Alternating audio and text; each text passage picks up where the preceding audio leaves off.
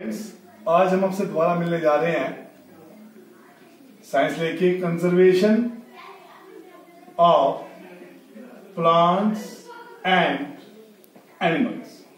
उसमें जनरल कुछ डेफिनेशन मैंने आपको बताई थी।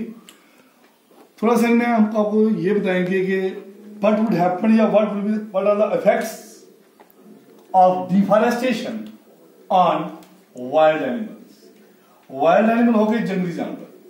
जंगली जानवरों पर डिफॉरेस्टेशन का क्या प्रभाव पड़ता है। डिफॉरेस्टेशन तो आपने पढ़ाई थी आपको कि cutting of trees, cutting of more and more trees is called deforestation. अब डिफॉरेस्टेशन का वाइल्ड एनिमल पर क्या प्रभाव पड़ता है, मेरी बात सुनिए बेटा ध्यान से। जंगली जानवर, वाइल्ड एनिमल होते हैं जंगली जानवर जो जंगल में रहते हैं। अगर कुछ जानवर ऐसे होते हैं, कुछ बर्ड्स ऐसे होते हैं, परिंदे ऐसे होते हैं कि वो खास किस्म के पौधे और पेड़ों पर ही रहते हैं, जब उनका खाना जो होता है उन पर ही निर्भर होता है। अगर हम उन पौधों और पेड़ों को काट दें तो बहुत सारे प्लांट्स और दरख्त पेड़ जो होते हैं वो जंगली जानवरों का खाना भी होते हैं और वहां पर रहते भी, उनकी रहने की जगह भी होती है। अगर हम उन पौधों और पेड़ों को रैपिडली रेट से काटते जाएंगे तो ऑटोमेटिकली उनकी रहने की व्यवस्था, रहने की जगह भी खत्म हो जाएगी और वो प्रॉपर तरीके से खाना भी हासिल नहीं कर पाएंगे, जिसकी वजह से the balance of the nature should be disturb. ये प्रभाव पड़ेगा वाइल्ड एनिमल्स पर deforestation. After that what are the effects of deforestation on environment. वातावरण पर क्या प्रभाव पड़ेगा ड्यू टू डिफॉरेस्टेशन। डिफॉरेस्टेशन से level of oxygen go on decreasing. Oxygen का लेवल जो होगा वो हमारे वातावरण में क्या हो जाएगा, कम हो जाएगा।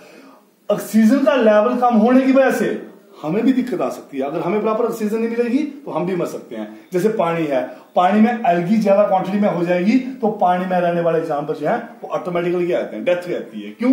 क्योंकि पानी में जो मिक्स हुई ऑक्सीजन जो होती है उसको एल्गी यूज कर लेती है और जो एक्वेटिक एनिमल्स होते हैं, जानवर जो होते हैं, उनको प्रॉपर तरीके से ऑक्सीजन नहीं मिल पाती, लिहाजा वो क्या आते हैं, मर जाते हैं।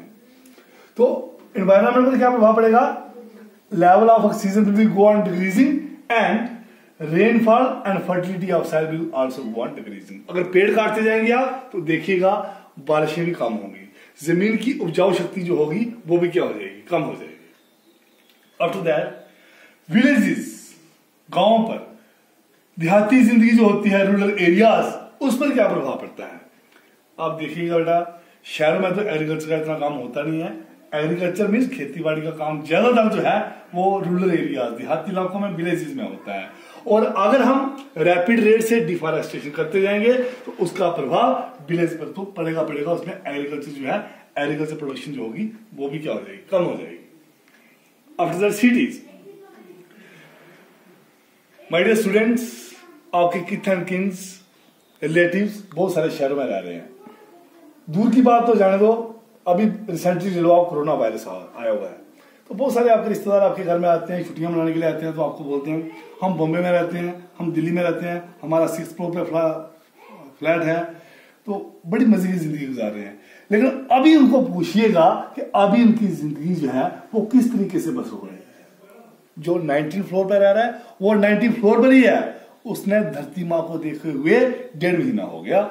इसलिए सिटीज पर डिफॉरेस्टेशन का असर क्या होता है, वहां पर फैक्ट्रीज ज्यादा है, ऑटोमोबाइल ज्यादा है, इन चीजों से पोल्यूशन क्या होता है, बढ़ता है और सिटी की जिंदगी जो होती है वो बिल्कुल क्या हो जाती है, महरूम हो जाती है, बड़ी बेआराम वाली हो जाती है। देन अर्थ पर डिफॉरेस्टेशन का असर क्या होता है।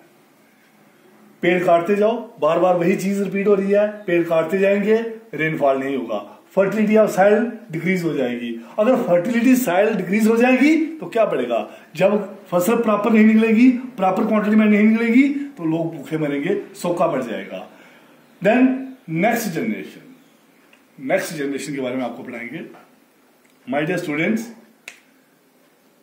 आपके पेरेंट्स हैं, हमारे पेरेंट्स थे, सभी का एक ख्याल होता है कि जब भी बच्चा किसी के घर में पैदा होता है, तो बेटा हो बेटी हो, तो वो उसके भविष्य के बारे में पेरेंट्स सोचना शुरू कर देते हैं कि जब ये 18 साल का होगा जी इसकी एक रैकिंग करवा दो, इसकी LIC करवा दो, तब ये 18 साल का होगा इसके अकाउंट में 5 या 6 लाख रुपया आ जाएगा, इसको आफ्टर 12th हम ट्रेनिंग करने के लिए भेज देंगे। तो हमने जनरेशन के बारे में सोचा हुआ होता है।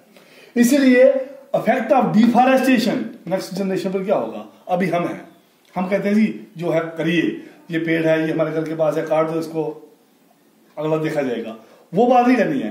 अगर हम अपनी आने वाली पीढ़ी के बारे में, आने वाली नस्ल के बारे में नहीं सोचेंगे तो आने वाली नस्ल जो होगी वो क्या करेगी, वो बिल्कुल प्रदूषित वातावरण में उसको रहना पड़ेगा और उनकी जिंदगी जो होगी, वो उनकी जिंदगी की खुशहाली जो होगी, प्रॉस्पेरिटी जो होगी, वो बिल्कुल खत्म हो जाएगी। So we should take judicially precautions to make the future of next generation bright. We should avoid deforestation and we adopt the rules of afforestation। हमें ज्यादा से ज्यादा पेड़ लगाना चाहिए। और माय डियर स्टूडेंट्स, अपने मन में इरादा बना लो कि हमें हर महीने में 3 या 4 पेड़ पौधे लगाने हैं, ताकि आने वाले समय में 10 या 15 साल के बाद वो बड़े हो जाएंगे और हमारा जो वातावरण में हर चीज का लेवल जो है वो मेंटेन रहेगा।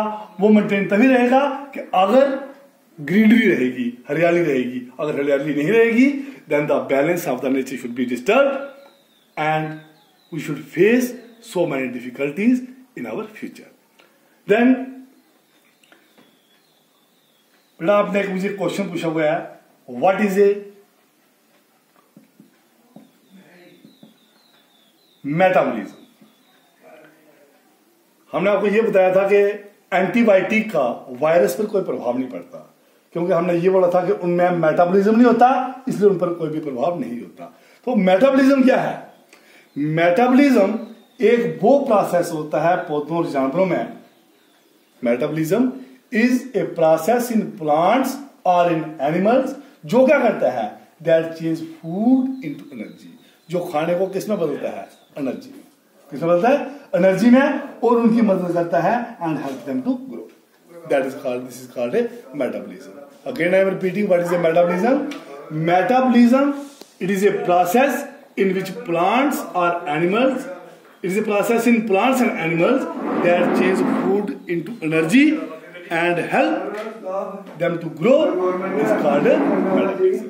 Today is enough, and day after tomorrow we will again meet with you with the same chapter, conservation of plants and animals. In this week we will finish this chapter, and next week we will start your next chapter, that is reproduction. Today is enough.